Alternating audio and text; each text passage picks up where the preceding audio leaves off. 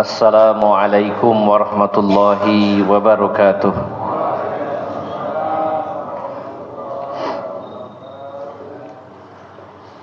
Innal hamdalillah nahmaduhu wa nasta'inuhu wa nastaghfiruh wa na'udzu billahi min syururi anfusina wa min sayyiati a'malina. May yahdihillahu fala mudilla lahu wa may yudlil fala hadiyalah. Ashhadu an la ilaha illallah wahdahu la syarikalah wa ashhadu anna Muhammadan abduhu wa rasuluhu la nabiyya ba'dah. Allahumma salli wa sallim wa barik ala nabiyyina Muhammadin wa ala alihi wa sahbihi ajma'in. Ya ayyuhalladzina amanu taqullaha haqqa tuqatih wa la tamutunna illa wa antum muslimun, amma ba'd. Para alim ulama, para ustadz, para sesepuh yang senantiasa saya hormati dan saya muliakan, bapak-bapak dan ibu-ibu jamaah Masjid Al-Ikhlas yang dirahmati Allah Subhanahu wa taala. Alhamdulillah, kita sangat bersyukur kepada Allah Subhanahu wa taala pada pagi hari ini diperkenankan oleh Allah Subhanahu wa taala untuk bersama-sama berada di salah satu rumah Allah Subhanahu wa taala, di mana kita berupaya dan berusaha untuk selalu memakmurkan rumah Allah Subhanahu wa taala yang ada di muka bumi ini sebagai tanda adanya iman kita kepada Allah dan kepada hari akhir. Sebagaimana Allah nyatakan dalam surat At-Taubah ayat 18, Innama ya'muru masajidallahi man amana billahi wal yaumil akhir. Hanyalah orang-orang yang beriman kepada Allah dan kepada hari akhir yang mau memakmurkan masjid-masjid atau rumah-rumah Allah Subhanahu wa taala. Allah menyebutkan, mengawali ayatnya dengan kata innama lil hasr, untuk membatasi, artinya pengkhususan, hanyalah orang-orang yang beriman kepada Allah dan hari akhir yang mau memakmurkan masjid. Sehingga diperkuat dengan sabda Rasulullah sallallahu alaihi wasallam. Beliau bersabda, "Idza ra'aitar rajula yu'tadu bil masajid fashhadu bi annahu mu'min." Jika kamu menemui dan menjumpai orang-orang yang senang ke masjid, hatinya selalu tertaut dengan masjid dan memakmurkan masjid, maka saksikan oleh kalian bahwa orang tersebut adalah seorang mukmin. Maka Bapak Ibu jamaah sekalian, mudah-mudahan kehadiran kita di Masjid Al-Ikhlas ini menjadi salah satu hujah, argumen, pendukung, pembela kita di hadapan Allah Subhanahu wa taala, karena orang-orang yang hadir dan datang ke masjid serta memakmurkannya sebagai tanda orang-orang yang beriman. Maka bumi yang kita duduki dan kita pijak pun pada saat ini sekaligus akan menjadi saksi juga di hadapan Allah Subhanahu wa taala. Dan mudah-mudahan kesediaan kita, semangat kita untuk hadir di majelis ilmu menjadi pemberat dalam amal atau timbangan kebaikan kita di mizannya Allah Subhanahu wa taala. Bapak Ibu yang dimuliakan Allah Subhanahu wa taala, kita melanjutkan kajian kitab Asyratus Sa'ah, tanda-tanda kiamat. Masih membahas tentang Asyratus Sa'atis Sughra, tanda-tanda kecil kiamat. Masuk pada poin yang ke-49. Terakhir kita membahas poin 48 tentang tersingkapnya gunung emas di sungai Efrat. Berikutnya poin 49 dari tanda-tanda kecil kiamat. Kalamus sibai wal jamadati lil insi. As-siba adalah binatang buas. Kalam artinya berbicara. Jadi di antara tanda kiamat itu adalah binatang-binatang buas bisa berbicara. Begitu pula jamadat, yaitu benda-benda mati, bisa berbicara lil insi, kepada manusia. Jadi di antara tanda kiamat itu adalah ketika binatang-binatang buas dan benda-benda mati bisa berbicara. Wa min asyratis sa'ati kalamus sibai lil insi wa kalamul jamadati lil insan wa ikhbariha bima hadatsa fi ghiyabihi wa takallumi ba'du ajza'il insan kal fakhdi yukhbiru rajula bima ahdasa ahlahu ba'dah. Dan di antara sebagian tanda-tanda kiamat itu adalah adanya binatang-binatang buas yang bisa berbicara dan juga benda-benda mati yang bisa berbicara kepada manusia dan memberitahukan kepada manusia tentang apa yang terjadi saat manusia tersebut tidak ada. Artinya benda-benda mati, kemudian binatang buas tadi berbicara kepada manusia tentang sesuatu yang manusia tadi tidak tahu karena tidak hadir di situ. Dan juga bicaranya sebagian anggota tubuh manusia seperti paha yang memberitahu kepada seseorang dengan apa yang terjadi di keluarganya. Ini sesuatu yang sebenarnya di luar kebiasaan. Dulu pernah kita bahas bahwa tanda-tanda kiamat itu terbagi menjadi dua, yaitu tanda kecil dan tanda besar. Tanda kecil adalah kejadian-kejadian biasa, dan tanda-tanda besar adalah kejadian-kejadian luar biasa. Ini secara umum mayoritas. Mengapa tanda ini sebenarnya di luar kebiasaan? Ada binatang buas, ada benda-benda mati bisa berbicara. Ini adalah bagian perkara yang di luar kebiasaan, tapi oleh penulis dimasukkan ke dalam bab atau bagian dari tanda-tanda kecil. Bapak Ibu jamaah sekalian yang dimuliakan Allah Subhanahu wa taala, saya melihatnya bahwa beliau memasukkan kepada tanda kecil karena dari sisi efek atau dampaknya terhadap kehidupan manusia. Nanti kita akan bahas bahwa binatang buas yang berbicara ini bukan bersifat global. Semua binatang bisa berbicara di semua titik, di semua tempat, yang membuat kehebohan besar, kemudian juga memberikan dampak yang besar dalam kehidupan manusia. Jadi kejadiannya sebenarnya kejadian yang kecil, skalanya kecil, tapi memang di luar kebiasaan karena ada binatang yang bisa berbicara. Beda nanti dengan ada binatang yang keluar dari bumi, binatang melata berbicara.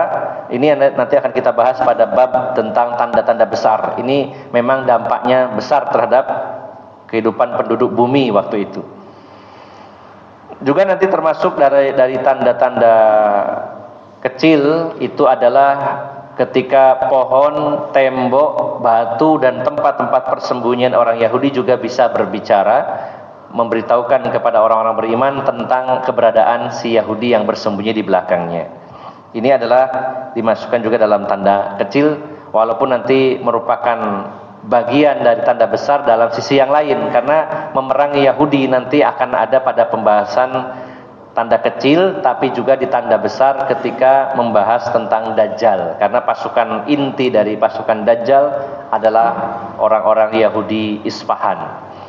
Kita masuk dulu pada bab ini, bahwa di antara tanda kiamat itu ketika ada binatang-binatang buas berbicara kepada manusia, benda-benda mati juga berbicara, bahkan ada bagian tubuh, anggota tubuh manusia seperti paha dan lain-lain bisa berbicara kepada orangnya. Faqad jaa fil hadithi an Abi Hurairah radhiyallahu anhu qala. Maka sungguh telah datang dalilnya dalam hadis dari Abu Hurairah. Ini terdapat dalam Musnad Imam Ahmad, ya, dalam kitab Musnad Imam Ahmad, hadis riwayat Ahmad. Abu Hurairah berkata, Ja'a dhi'bun ila ra'iyal ghanami fa akhadha minha syatan fa talabahu ar-ra'i hatta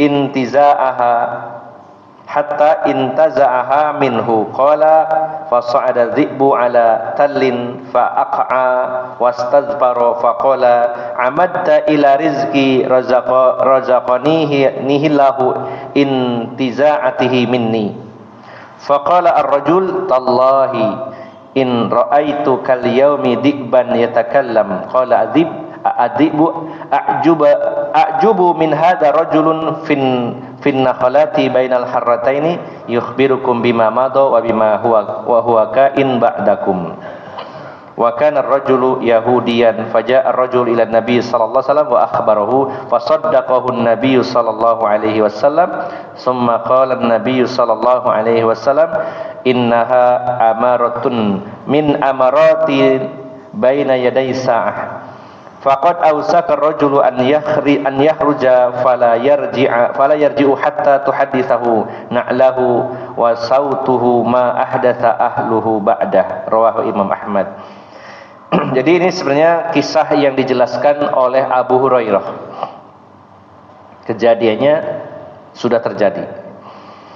Abu Hurairah berkata, muncullah seekor serigala, yaitu kepada seorang pengembala kambing. Ada orang mengembala kambing, lalu ada serigala datang, dan serigala itu menerkam salah satu dari binatang yang digembalakan tadi, salah satu kambing. Lalu dia memangsanya, menerkamnya, lalu ditarik oleh pengembala tadi. Jadi serigala menggigit kambingnya, kemudian yang mengembala menarik kambingnya. Jadi tarik menarik antara serigala dengan orang yang mengembala kambing tadi. Maka setelah itu lepas. Jadi serigala itu menerkam, menggigit, ya, ditarik sama pengembalanya, lepaslah dari mulut serigala tadi. Lalu tiba-tiba serigala itu naik ke tempat yang agak tinggi dan dia duduk di atas batu yang agak tinggi, duduk, kemudian dia mengibas-ngibaskan ekornya. Ya, kalau menurut analisa kita itu dia marah, nggak seneng ya. Saya sudah menerkam kambing, sudah menggigitnya, dirampas kembali, direbut kembali oleh pengembalanya. Maka nggak terima, tapi tidak berani gitu. Naik ke atas batu, kemudian mengibas-ngibaskan ekornya, dan serigala tadi berbicara, engkau telah merebut rezeki saya, yang mana itu sudah direzekikan oleh Allah kepada saya. Bahasa kitanya sampai niki ngerebut rezekiku, ya, iki jane jatahku tapi sampean rebut kembali. Jadi sebenarnya kan secara hukum itu milik pengembalanya, ya, atau menjadi tanggung jawab pengembalanya. Tapi namanya binatang kan tidak tahu aturan. Menurut dia, ya, itu sudah menjadi haknya. Beda kalau yang mengambil itu orang, ya jelas bahwa yang salah orang yang ngambil. Tapi namanya binatang, tidak punya akal, ya, dia tidak salah dalam hal ini. Dan dia mengatakan kepada lelaki tersebut, kamu telah merebut rizki saya, yang sebenarnya itu adalah rizki yang Allah berikan kepada saya. Maka laki-laki ini berkata, demi Allah, saya baru kali ini melihat ada serigala bisa berbicara. Lalu serigala itu berbicara lagi, kamu takjub, kamu heran ya dengan kejadian ini. Ya, sebenarnya akan ada di antara manusia itu yang bertemu dengan binatang buas lalu berbicara dan menyampaikan apa yang sudah terjadi dan juga yang akan terjadi. Dan dijelaskan oleh Abu Hurairah, wa kana ar-rajulu yahudiyan, dan orang ini adalah orang Yahudi. Lalu datanglah seorang laki-laki kepada Rasulullah dan mengabarkan berita tersebut. Ya Rasulullah, ada orang bercerita, seorang laki-laki bertemu dengan serigala karena dia menerkam kambing gembalaannya, lalu direbut dan berhasil lepas, tapi serigalanya itu bisa berbicara, seolah-olah menyalahkan, ini rezeki saya kok kamu ambil. Maka disampaikan kepada Rasulullah sallallahu alaihi wasallam. Maka Rasulullah membenarkan berita tersebut. Rasulullah membenarkan. Nah, yang jadi acuan dan catatan kita adalah pembenaran Rasulullah SAW. Karena menurut akal kita dan dari kebiasaan, namanya binatang ya bersuara dengan suara binatang masing-masing. Yang dimaksud di sini berbicara dengan pembicaraan manusia. Maka itu tentu di luar nalar, di luar logika, dan di luar kebiasaan. Namun Rasulullah SAW membenarkan kejadian tersebut, dan beliau akhirnya bersabda, innaha amaratun min amaratin, innaha amaratun min amarati baina yaday sa'ah. Itu adalah salah satu tanda di antara tanda-tanda akan terjadinya atau dekatnya kiamat. Dan sungguh akan ada seorang laki-laki yang keluar kemudian kembali, maksudnya pergi dari rumahnya kemudian kembali, kemudian ya sandalnya, ujung cambuknya berbicara dengan apa yang terjadi terhadap keluarganya. Rasulullah malah menambah lagi bahwa kejadian tadi saya percaya dan saya benarkan, dan itu tanda kiamat. Karena di antara tanda kiamat itu adalah ketika ada benda-benda mati seperti sandal, cambuk bisa berbicara dan mengatakan kepada si laki-laki yang pergi dari rumahnya tentang apa atau kejadian apa yang menimpa keluarganya selama dia pergi. Nah, ini Bapak Ibu jamaah sekalian, ini kan memang di luar nalar, di luar logika. Ada sandal kemudian ujung cambuk yang melaporkan kepada pemiliknya saat pemiliknya pergi. Saat laki-laki ini pergi, dia bercerita, itu tadi ada tamu laki-laki ke rumah ini menemui istrimu, dia cerita begitu. Nah, maka Bapak Ibu jamaah sekalian, selama tidak ada dalil yang menjadi qarinah, pengkhusus dari hadis ini, kita pahami secara asal, secara tekstualnya bahwa ini adalah secara hakiki, benar-benar berbicara. Kita lanjutkan lagi, ada satu hadis lagi. Wa fi riwayatin lahu an Abi Sa'id Al-Khudri, dan dalam riwayat yang lain dari Abu Sa'id Al-Khudri, fa dzakara al-qissah fadzakara al-qissata ila an qala Rasulullah sallallahu alaihi wasallam sadaqa walladzi nafsi biyadihi la taqumu as-sa'atu hatta yatakallama as-siba'ul insa wa yukallimu ar-rajula 'adzabatu sautihi wa siraku na'lihi wa yukhbiruhu fakhiduhu bima ahdasa ahluhu ba'da. Dalam riwayat yang lain, tadi riwayat Abu Hurairah, ini dalam riwayat Abu Sa'id Al-Khudri juga dengan kisah yang sama, namun tanggapan Rasulullah dengan teks yang berbeda, dengan kalimat yang berbeda. Dalam hadis ini Rasulullah mengatakan, benar yang tadi, demi zat yang jiwa Muhammad di tangannya. Benar cerita tadi ada seorang laki-laki mengembala kambing, lalu ada serigala yang menerkam kambingnya dan dia tarik kambing tadi sampai lepas. Lalu serigala itu naik ke atas batu, duduk dan mengibaskan ekornya, lalu mengatakan, engkau telah merebut rezeki saya, seharusnya itu rezeki yang saya dapatkan dari Allah. Maka dibenarkan oleh Rasulullah SAW, bahkan Rasulullah bersumpah, walladzi nafsi biyadih, demi zat yang jiwa Muhammad di tangannya, la taqumus sa'atu hatta yatakallama siba'ul ins. Tidak akan terjadi kiamat sampai binatang-binatang buas bisa berbicara kepada manusia, wa yukallimur rajula 'adzabatu sautihi wa siraku na'lihi wa yukhbiru fakhiduhu bima ahdasa ahluhu ba'da. Dan juga tidak akan terjadi kiamat sampai bisa berbicara ujung dari cambuk seorang laki-laki kepada seorang laki-laki, dan juga tali sandalnya dan juga pahanya, menceritakan, berbicara dengan apa yang terjadi terhadap keluarganya selama laki-laki itu pergi dari rumahnya. Bapak Ibu jamaah sekalian yang dimuliakan Allah Subhanahu wa taala, kalau kita mencermati ayat dalam surat Fussilat yang tadi saya baca di rakaat pertama, surat Fussilat ayat 20, ini kejadian di alam akhirat, tapi di situ ada kesaksian tentang kejadian-kejadian yang ada di alam akhirat maupun di alam dunia. Ya. Jadi Allah menyatakan di ayat yang ke-19, ayat 19 dalam surat Fussilat, surat 41, wa yauma yuhsyaru a'da'ullahi ilan nari fahum yuzaun. Dan ingat pada hari di mana musuh-musuh Allah digiring ke dalam neraka. Fahum yuzaun, dan mereka itu disortir, dipisah-pisahkan tergantung levelnya masing-masing.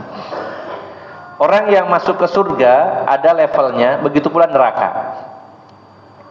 Dalam hadis riwayat Bukhari dari Abu Hurairah, Rasulullah menyatakan, inna fil jannati mi'ata darajah. Surga itu ada 100 level, berbeda-beda, dan antara satu level dengan level berikutnya sejauh antara langit dan bumi. Ada 100 level, setiap levelnya antara bumi dan langit. Begitu pula neraka, maka Allah akan tempatkan orang yang satu dengan yang lainnya berbeda. Fahum yuzaun, akan dipisah-pisah, disortir, dikelompokkan. Ini yang siksaannya ya kelasnya ringan, seringan-ringannya berat. Yang menengah dan yang paling berat dipisah-pisahkan. Kemudian setelah itu Allah melanjutkan, wa yauma yuhsyaru a'da'ullahi ilan nari fahum yuzaun hatta idza ma ja'uha. Sehingga ketika itu mereka dikumpulkan dan didatangkan kepada mereka saksi-saksi. Hatta idza ma ja'uha syahida 'alaihim sam'uhum wa absaruhum wa juluduhum bima kanu ya'malun. Akan menjadi saksi kedua telinga mereka, kedua mata mereka, dan kulit-kulit mereka dengan apa yang telah mereka kerjakan waktu di dunia. Telinga, kemudian mata dan kulit akan menjadi saksi pada hari kiamat dengan apa yang telah dikerjakan orang tersebut. Bahkan sebagai tambahan dalam surat Yasin surat 36 di ayat yang ke-65 Allah menyatakan, al-yawma nakhtimu ala afwahihim wa tukallimuna aydihim wa tashhadu arjuluhum bima kanu yaksibun. Ingat pada hari di mana dikunci mati mulut-mulut mereka, tidak bisa bicara. Karena mulut kita manusia itu ada peluang kemungkinan berbohong. Bahkan ada orang yang bohong itu seperti nafas, artinya bohong itu gampang. Kayak dia bernapas, itu ada Pak memang. Seperti yang pernah kita bahas, salah satu tanda kiamat itu adalah banyaknya manusia-manusia egois, yang dulu pernah kita bahas. Bahwa ada salah satu tipe manusia yang disebut manusia yang narsistik, mengalami narsistik, gangguan kepribadian narsistik ya, narsistik personality disorder, gangguan kepribadian narsistik. Maka ada salah satu tipenya yang bernama covert narsistik, biasanya wanita. Ya, biasanya wanita. Kalau yang laki-laki lebih kepada overt narsistik. Yang covert narsistik ini salah satu cirinya dia pembohong yang hebat. Dia manipulator, ya. Dia melakukan manipulasi, bahkan juga termasuk melakukan flying victim dan juga gaslighting istilahnya. Gaslighting itu memutarbalikan fakta. Ada memang tipe narsistik yang di hadapan orang sangat halus, sangat baik, sangat menawan, sangat indah, tapi pembohong. Itu ada. Sehingga banyak orang yang percaya. Karena bohongnya itu kalau orang jujur mungkin pernah berbohong, termasuk saya dan penjenengan mudah-mudahan termasuk orang yang jujur ya, tapi mungkin pasti pernah bohong ya. Sepanjang hidupnya nggak ada yang, wah saya belum pernah berbohong sama sekali ya. Entah bohong yang kecil atau yang besar. Entah mungkin takut sama istrinya akhirnya berbohong ya, mungkin ya. Iki tuku piro Pak? Tukune 1.000 daripada dicereweti mbek bojone. Iki tuku 50 kok Bu, 50 wis gak usah rame-rame, 50 kok ngono. Ada kalanya begitu ya.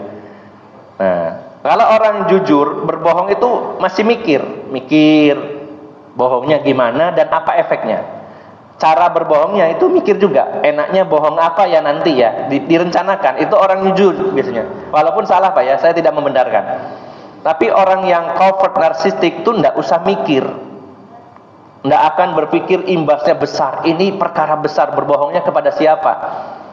Berbohong kepada suami, berbohong kepada mungkin lembaga atau apa saja, dia nggak akan mikir, seenaknya saja. Nah, kalau orang tidak terbiasa bohong sulit, tapi kalau biasa bohong itu kayak nafas, ya, ngomong dengan mudahnya. Maka nanti di alam akhirat mulut ini akan dikunci oleh Allah Subhanahu wa taala. Al-yauma nakhtimu ala afwahihim. Dikunci karena ada peluang berbohong walaupun Allah tahu kebohongannya. Tapi ada peluang berbohong, maka Allah kunci mulut mereka dan dijadikanlah saksinya itu adalah kedua tangannya, kedua kakinya dengan apa yang mereka kerjakan. Kedua tangan, kedua kaki, telinga, mata, kulit bisa berbicara, menjadi saksi. Maka di ayat yang ke-21 surat Fussilat, orang-orang bertanya, ya, ketika Allah menyatakan syahida alaihim sam'uhum wa absaruhum wa juluduhum bima kanu ya'malun wa qalu li juludihim lima syahidtum alaina. Mereka berkata, kenapa kulit ini bisa berbicara? Kenapa kulit ini bisa menjadi saksi? Nah, ini kuncinya adalah jawaban dari kulit itu sendiri. Kulit mengatakan, qalu antaqanallahu alladzi antaqa kulla syai'i wa huwa khalaqakum awwala marrah wa ilaihi turja'un. Maka kulit menjawab, yang telah membuat saya bisa berbicara adalah Allah yang juga mampu membuat apapun bisa berbicara. Yang telah membuat saya mampu berbicara adalah Allah. Dan Allah lah zat yang telah mampu membuat apapun bisa berbicara. Nah, ini berlaku di dunia maupun di akhirat. Allah lah yang mampu membuat apapun bisa berbicara. Maka dalam memahami dalil baik ayat maupun hadis-hadis sahih, langkah awal kita pahami secara tekstual apa adanya tanpa mengalihkan ke makna lain jika memang tidak ada keterangan lain. Kalau ada keterangan lain boleh kita takwil, alihkan maknanya kepada yang lain. Kalau tidak ada, kita hukumi hakikatnya secara asalnya. Kalau Rasulullah mengatakan nanti ada sandal bisa bicara, cambuk bisa bicara, paha, bagian tubuh orang bisa bicara, ada serigala bisa berbicara, sebenarnya itu perkara mudah bagi Allah Subhanahu wa taala. Nah, bukan berarti di sini bicaranya itu bicara niru, ya, seperti beo, kalau itu bisa bicara tapi niru, Pak, ya. Dan belum tentu beo itu ngerti apa yang dia bicarakan. Kalau burung beo yang paling bagus kan beo dari Nias, ya, beo Nias, Pak Yuli yang paling paham. Ini ya. Perburungan, ya. Beo Nias itu bagus, mahal kalau bisa bicara. Ya, mungkin ada juga burung yang lain seperti apa ya, kakatua mungkin, ya. Ada burung nuri dan lain-lain, kemampuannya beda-beda. Mereka seolah-olah bisa bicara dengan pembicaraan manusia. Dan lucu juga, ya, memang kita dengarnya unik gitu, ya. Dan kadang nirukan orang jualan tahu bulat 500-an, ternyata burung yang bicara, ya, bukan pedagangnya. Dan saya juga pernah nonton, ini ada burung diajari justru bahasanya bahasa kotor gitu, meso-meso gitu, ya. Itu ada, betul. Nah, yang seperti ini saya yakin itu hanya menirukan, ya, menirukan, dan buktinya dia tidak bisa ngomong yang lain yang tidak diajarkan. Tapi kalau dalam hadis ini benar-benar bisa bicara. Maka sebenarnya adanya burung beo dan lain-lain itu, ini juga walaupun dia tidak mengerti apa yang dia katakan karena menirukan, tapi setidaknya ternyata mulut atau lidah binatang bisa sebenarnya berbicara seperti pembicaraan manusia. Nah, bagi Allah mudah. Bagi Allah mudah apapun, bukan hanya binatang tapi benda-benda mati juga bisa berbicara. Jadi intinya Bapak Ibu jamaah sekalian, ini sebuah kejadian di zaman Rasulullah SAW yang dialami seorang laki-laki Yahudi yang mengembala kambing dan diberitakan kepada Rasulullah SAW. Lalu Rasulullah menegaskan dan membenarkan kejadian tersebut, bahkan secara jelas menyatakan itu adalah tanda kiamat atau kiamat sudah dekat. Bahkan lebih dari itu kata Rasulullah, nanti itu tidak akan terjadi kiamat sampai ada binatang buas berbicara, kemudian juga ujung cambuk seorang laki-laki bicara, kemudian sandal, kemudian paha yaitu anggota tubuh seseorang bisa berbicara, dan itu bagi Allah mudah. Bahkan nanti di akhir zaman ketika Dajjal sudah muncul dan pasukan pendukung pertamanya adalah Yahudi Isfahan di Iran yang berjumlah kata Rasulullah 70.000, kemudian juga didukung oleh pasukan Mongol, kemudian juga banyak dari kalangan Arab Badui, dan juga pendukungnya, supporternya adalah kaum wanita yang paling banyak. Nah, maka Allah Subhanahu wa taala memunculkan, menghadirkan Dajjal, tapi juga penyeimbangnya ada, yaitu adanya Imam Mahdi dengan Nabi Isa yang juga memiliki pasukan dari kalangan kaum muslimin, sehingga terjadi perang di mana Dajjal akan dibunuh oleh Nabi Isa di kota yang bernama Babulud di dekat Baitul Maqdis, Palestina. Setelah Dajjal terbunuh, tinggal pasukannya. Nah, ini yang dibantai habis, dibunuh sampai ke akar-akarnya. Namun sebagian mereka bersembunyi. Ada yang bersembunyi di balik pohon, di balik batu, tembok, mungkin dalam bangunan kosong dia masuk ke situ. Dan semua benda yang dijadikan tempat persembunyian semuanya berbicara. Berarti tidak ada batasan, Pak. Semuanya berbicara. Jadi kalau dia sembunyinya di bawah bunker gitu, ya dia bunkernya berbicara. Ya Yahud, wahai mukmin, ya mukmin, hadal yahud uqtulhu. Hei mukmin, ini ada Yahudi di belakang saya, di bawah saya, bunuhlah dia. Kecuali satu pohon, yaitu pohon Gorkot, ya. Dan ini bukan hal yang dianggap tabu, ya, karena dalam Islam kita memiliki iman, kita percaya dengan apa yang disabdakan Rasulullah, dan informasi yang disampaikan Rasulullah adalah kebenaran, ya. Nah, jangan sampai ada orang Islam yang merasa lucu, geli. Ini masa sih ada pohon bisa bicara, tembok berbicara, sementara orang Yahudi sendiri percaya malah. Orang Yahudi saja membudidayakan gorkot secara intensif, secara besar-besaran, sudah beberapa dekade. Mereka percaya bahwa semua pohon nanti nggak bisa dibuat tempat untuk bersembunyi karena bisa bicara. Makanya harus menanam gorkot. Yahudi saja percaya. Tapi berapa banyak orang-orang Islam yang tidak percaya, bahkan menjadi bahan olok-olokan dan tertawaan. Saya pernah khutbah di sebuah perusahaan di Gresik, membahas tentang pohon gorkot. Nah, itu saat turun dari mimbar selesai sholat, ada yang tidak percaya, malah jadi bahan tertawaan. Wah, kalau memang kayak gitu Ustadz, daripada saya budidaya Kamboja, waktu itu kan lagi naik daun nih, daripada saya budidaya Kamboja, saya budidaya gorkot saja, nanti diekspor ke Israel, katanya gitu. Jadi seolah-olah ada kesan bercanda dan tidak percaya gitu, ya. Dan akhirnya menjelaskan bahwa masa sih bisa seperti itu dan sebagainya.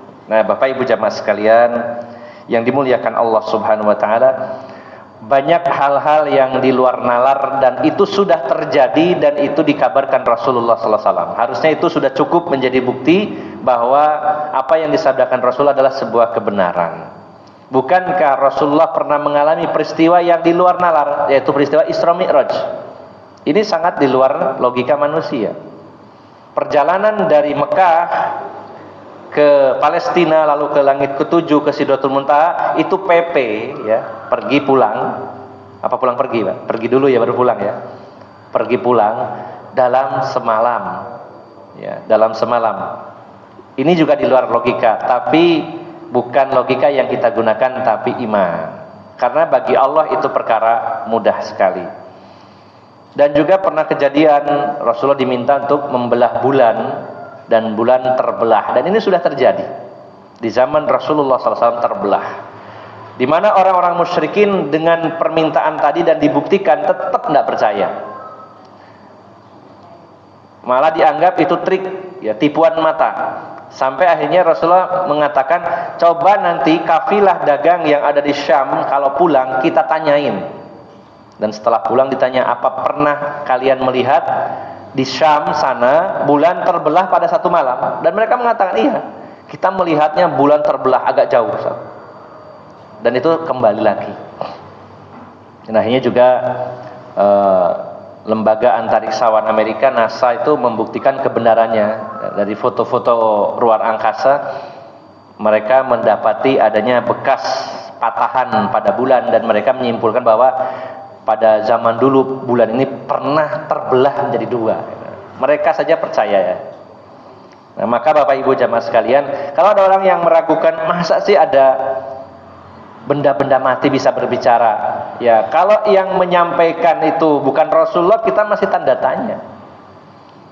Benar enggak? Ya, cenderung kita nggak percaya. Tapi yang menyatakan adalah Rasulullah Muhammad SAW, maka kita percaya, dan apa yang terjadi sebelumnya harus menjadi penguat bahwa banyak hal-hal yang di luar logika dan nalar kita pun terjadi dan itu sudah selesai.